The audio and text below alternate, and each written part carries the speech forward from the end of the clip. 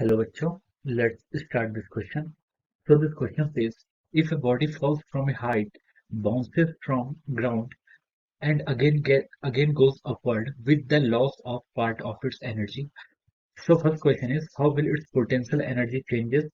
Second question is, what are the various energy conversions taking place? And third part is saying that what will be its ultimate energy? तो चलिए बच्चों, अब हम इस question को क्या करते हैं, सॉल्व करते हैं। तो देखिए बच्चों, इस क्वेश्चन का जो आपका की कॉन्सेप्ट है, इस क्वेश्चन का जो आपका की कॉन्सेप्ट है, ये आपका क्या है, मैकेनिकल एनर्जी कंजर्वेशन पर बेस्ड है। इसका हम क्या लिखते हैं, एमई कन्वर्स कंजर्वेशन, या फिर आपका मैकेनिकल एनर्जी कंजर्वेशन पर आपका क्वेश्चन क्या है, बेस्ड है। तो चलिए बच्चों, अब हम इस क्वेश्चन को स्टार्ट करते हैं। तो देखिए, उसने फर्स्ट हमसे क्या बोला है कि if a body falls from A height bounces from the ground. अगर कोई बॉडी क्या हो रही है आपकी, किसी हाइट से गिरती है, और ये मान लीजिए आपका क्या है, ग्राउंड है। अगर कोई बॉडी इस हाइट से यहाँ पर गिरती है और ये ग्राउंड है, and again goes upward with the loss of part of its energy, ठीक है। तो देखिए, जब बॉडी किसी हाइट पर होती है, तो हाइट पर होती है तो उससे एसोसिएटेड जो एनर्जी होती है, वो होती है उसकी पोटेंशियल एनर्जी। तो देखिए, जब ये एच हाइट पर थी, तो उसके पास इसकी एनर्जी क्या होगी, एम जी एच होगी। और यहाँ पर एक इंस्टेंट ऐसा आएगा, जैसे कोई बॉडी आपकी, ये आपकी बाउंस बैक हो रही है, यहाँ से आपकी बॉडी नीचे गिरी। उसके बाद मान लीजिए मैं अगला t is equal to t one second पर वो जमीन पर गिरी है। उसके बाद t is equal to t two second पर क्या कर रही है, आपकी बाउंस बैक कर रही है और ऊपर को ऐसे जा रही है। तो देखिए, जब बॉडी अपनी मैक्सिमम डिस्टेंस पर होती है, तो उसकी जितनी भी एनर्जी होती है, पोटेंशियल एनर्जी होती है। और काइनेटिक एनर्जी इस केस में क्या होती है, यहाँ पर इसकी जीरो होगी। और जब बॉडी आपकी ग्राउंड पर होती है, तो उसके पास पोटेंशियल एनर्जी कितनी होगी, जीरो होगी, क्योंकि पोटेंशियल एनर्जी होता है m g into h. H क्या होता है आपका, हाइट। तो ग्राउंड से हाइट यहाँ पर कितनी है, इसकी जीरो है, तो पोटेंशियल एनर्जी जीरो होगी। और जब वो मैक्सिमम हाइट पर होगी, तो उसकी पूरी एनर्जी कितनी होगी, पोटेंशियल एनर्जी होगी। वहां पर उसकी काइनेटिक एनर्जी जीरो हो जाएगी। लेकिन जब वो ग्राउंड पर होगी, तो उसकी पोटेंशियल एनर्जी जीरो होगी। और जो काइनेटिक एनर्जी होगी, वो हाफ एम बी स्क्वायर, वो क्या होती है, आपकी मैक्सिमम काइनेटिक एनर्जी होती है। तो देखिए, एनर्जी क्या होती है यहाँ पर, पोटेंशियल एनर्जी और काइनेटिक एनर्जी, इन दोनों में क्या होता रहता है, कन्वर्जन होता रहता है। लेकिन जो नेट एनर्जी होती है इसकी, वो क्या रहती है, आपकी कांस्टेंट रहती है।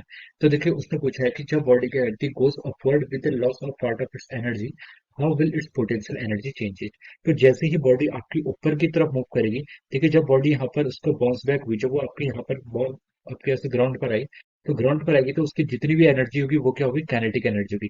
पोटेंशियल एनर्जी उस केस में क्या होगी, इसकी जीरो होगी, क्योंकि वो कहाँ पर है, ग्राउंड लेवल पर है, उसके पास कोई हाइट नहीं है, तो उसकी पोटेंशियल एनर्जी जीरो होगी। और टोटल एनर्जी उसकी काइनेटिक एनर्जी होगी।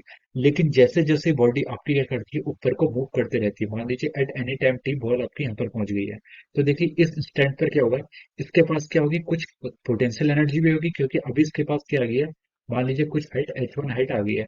तो यहाँ पर इसके पास कुछ पोटेंशियल एनर्जी होगी, जिसकी वैल्यू कितनी होगी, एम जी एच वन। और कुछ आपके यहाँ पर क्या होगी, काइनेटिक एनर्जी भी होगी, मान लीजिए उसको मैंने हाफ एम वी प्राइम का स्क्वायर बोल दिया। और ये देखिए, यहाँ पर क्या होता है, दोनों टाइप्स की एनर्जी होगी इन द इंटरमीडिएट स्टेट। यहाँ पर इसके पास काइनेटिक एनर्जी भी होगी और पोटेंशियल एनर्जी होगी। लेकिन जैसे ही अपने मैक्सिमम हाइट तक पहुंचेगी, मान लीजिए सेकंड बॉल में सेकंड, उसके बाद बॉल अपनी यहाँ तक जा रही है, तो यहाँ पर इसके पास क्या होगी, इसकी टोटल एनर्जी क्या होगी, पोटेंशियल एनर्जी होगी। क्योंकि यहाँ पर पार्टिकल रेस्ट पर जाता है, तो काइनेटिक एनर्जी जीरो हो जाती है।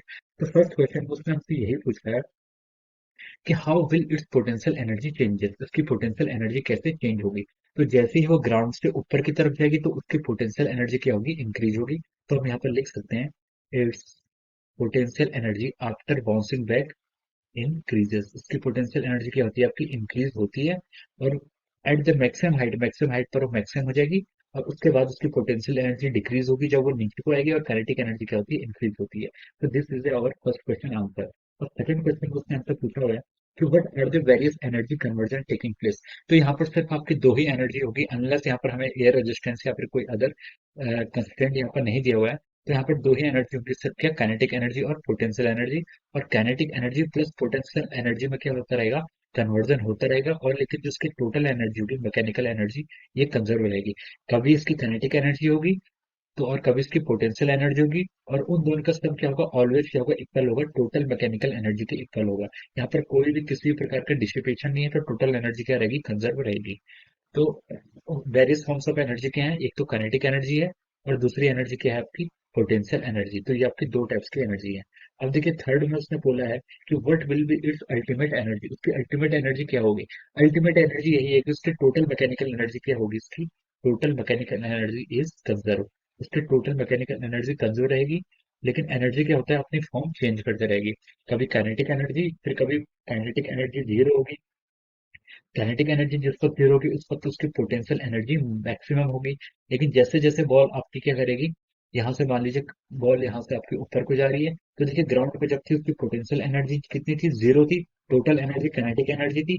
जैसे जैसे बॉल ऊपर जाएगी, फिर क्या होगा, इसकी पोटेंशियल एनर्जी इंक्रीज होना शुरू करेगी। पोटेंशियल एनर्जी इंक्रीज होगी तो काइनेटिक एनर्जी को डिक्रीज होना पड़ेगा, क्योंकि टोटल एनर्जी क्या रहती है, आपकी कंजर्व रहती है।